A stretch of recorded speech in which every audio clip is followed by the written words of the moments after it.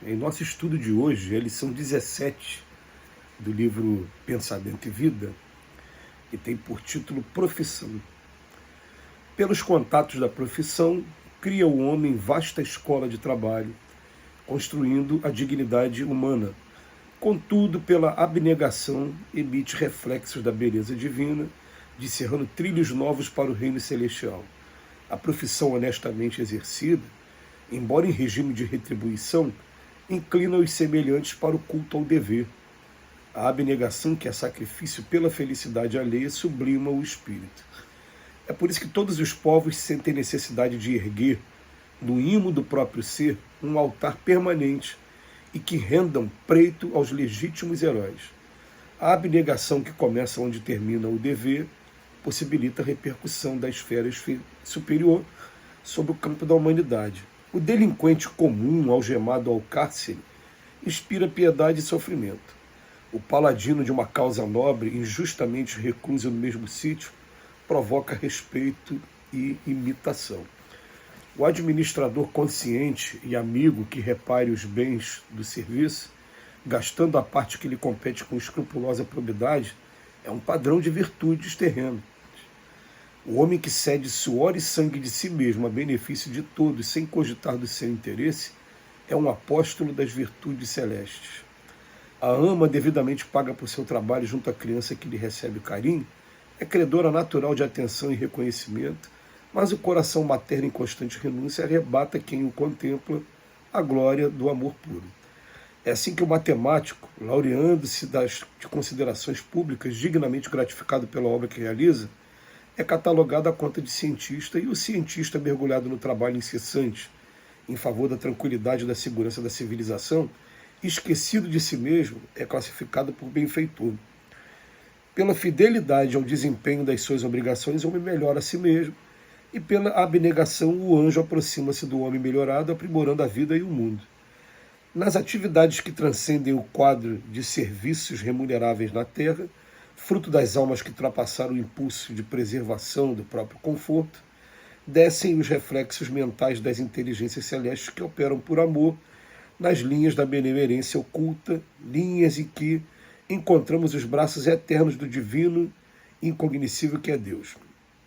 Nessa província moral do devotamento sem lindes e que surpreendemos todos os corações humanos consagrados ao serviço espontâneo do bem, nem sempre respira o gênio, por vezes onerado de angústia, pela soma dos reflexos infelizes que carrega consigo, desde o passado distante, mas identificamos facilmente os altos sacerdotes de todas as religiões, os admiráveis artistas de todas as pátrias, os nobres inventores de todos os climas, os artífices iluminados de todos os povos e as grandes mães, tantas vezes esquecidas e sofredoras de todas as latitudes.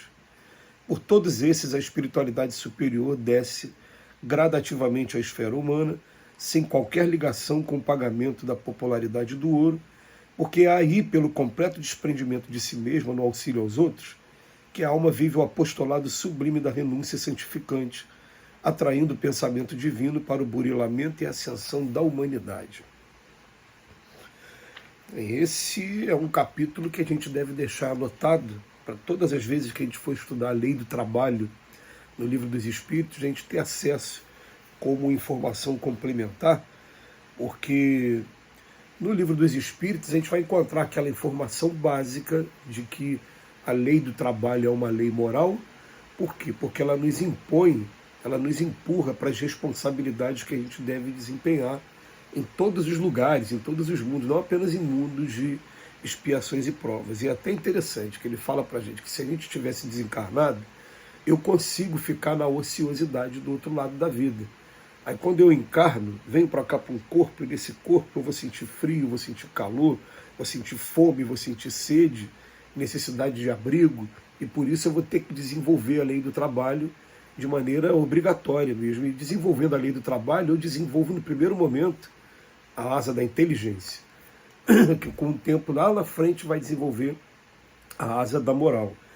Então ele vem falar para a gente que a profissão, quando é honestamente exercida, ela, embora em regime de retribuição, embora tenha salário, vai inclinando todo mundo para o culto ao dever. Então, no primeiro momento, a gente desenvolve o culto ao dever. E daqui a pouco a gente desenvolve a abnegação, que é o sacrifício pela felicidade alheia. E é isso que vai sublimar o espírito. Então, ó, vamos começar a raciocinar. Eu, no primeiro momento, eu quero arrumar um emprego, mas todo emprego que tem por aí, ele vai ter uma função. E aquela função vai ser o quê? Aquela função vai estar desempenhando algum papel em prol da coletividade. E a primeira análise que a gente vai fazer, é claro, é que papel está sendo esse, se está sendo um papel que está prejudicando ou se vai ser um papel que está ajudando. Então a gente está trabalhando naquele comércio, mesmo que seja uma coisa que pareça, no primeiro momento, ser o mais simples, eu estou sendo útil para toda uma coletividade. Mas às vezes tem profissões também que podem estar levando a gente para caminhos de destruição também, né? Então a gente fica pensando, logo em seguida a gente chega na abnegação. Ele fala, a abnegação que começa onde termina o dever possibilita a repercussão da esfera superior sobre o campo da humanidade. Então, eu começo exercendo a profissão de maneira honesta, de maneira séria, para daqui a pouco atingir a abnegação. E quando eu atingo a abnegação, mesmo que o meu círculo seja pequenininho, e cada um vai pensar aqui no círculo, o meu círculo é muito pequenininho em relação ao meu trabalho. Hoje, o meu trabalho, eu tenho um grupinho muito pequeno de pessoas que estão, de certa maneira, subordinadas a mim. Quando eu estou trabalhando com música, eu tenho algumas pessoas também que eu posso estar influenciando emocionalmente com a música que está sendo feita e também com as letras das músicas, o que me faz ter um critério bem selecionado, né, com relação ao tipo de mensagem que eu estou levando na minha música. E ele vem falar para a gente, quando a abnegação começa assim, é interessante porque o delinquente comum, quando está na cadeia, você acha que ele é motivo de piedade e de sofrimento.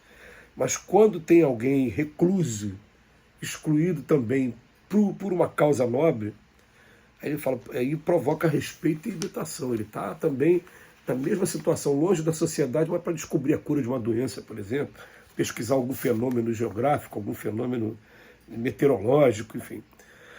Então ele vem falar para a gente que o administrador consciente, ele entra numa outra parte agora, vai chegar que o administrador consciente amigo, que reparte os bens do serviço gastando a parte que lhe compete com escrupulosa probidade, é um padrão de virtudes terrenas. Então, outra coisa, eu estou no meu emprego, ganhei o meu salário, como eu estou empregando o meu salário? Se eu estiver repartindo, gastando de maneira com escrupulosa probidade, segundo o Emmanuel, então a gente começar a pensar agora, ó, além de ter arrumado um emprego, e nesse emprego ter visto como é que eu vou fazer com relação a estar ajudando a coletividade, e agora, como é que eu vou gastar? Qual é a melhor maneira de eu gastar o salário que eu receber? E aí o Emmanuel vem dizer para a gente que, olha, para cada profissão, ele faz a comparação. A ama que cuida da criança, por exemplo, ela é credora natural de atenção e reconhecimento. Agora, o coração materno em constante renúncia arrebata quem o contempla a glória do amor puro. Ele faz uma comparação assim, ó, vamos pensar, eu estou na condição da ama que estou recebendo salário para cuidar do filho e acabou, da criança, ou estou na condição, posso entrar na condição da mãe que eu estou em constante renúncia. Essa vai para a direção da glória do amor puro. Isso que se a gente conseguir esgotar todas as possibilidades da nossa profissão, procurando chegar até a excelência, o máximo que a gente puder, daqui a pouco, naturalmente, novas portas vão se abrindo, aquela profissão ela se torna obsoleta para a gente vai descobrir novos caminhos. Então ele vem falar para a gente, ó, o matemático, quando está isolado e está fazendo um trabalho bonito, ele é catalogado como um cientista. Agora, se esse cientista ele estiver buscando a tranquilidade, segurança, ele é para o benfeitor. Então o matemático ele pode ser apenas um cientista, mas pode também ser um benfeitor de acordo com a dedicação dele e com a maneira como ele está desempenhando a função dele. Então o Emmanuel fala, pela fidelidade ao desempenho das obrigações, o homem melhora a si mesmo. Agora, pela abnegação, o anjo, os espíritos superiores se aproximam da gente para que a gente possa estar desempenhando nossa profissão onde quer que esteja, em nome também dos espíritos superiores, em nome do progresso. Então, é uma lição para a gente ler, reler e não esqueçam de juntar com a lei do trabalho quando a gente fizer o estudo da lei do trabalho no Livro dos Espíritos. Que Jesus nos abençoe hoje e sempre.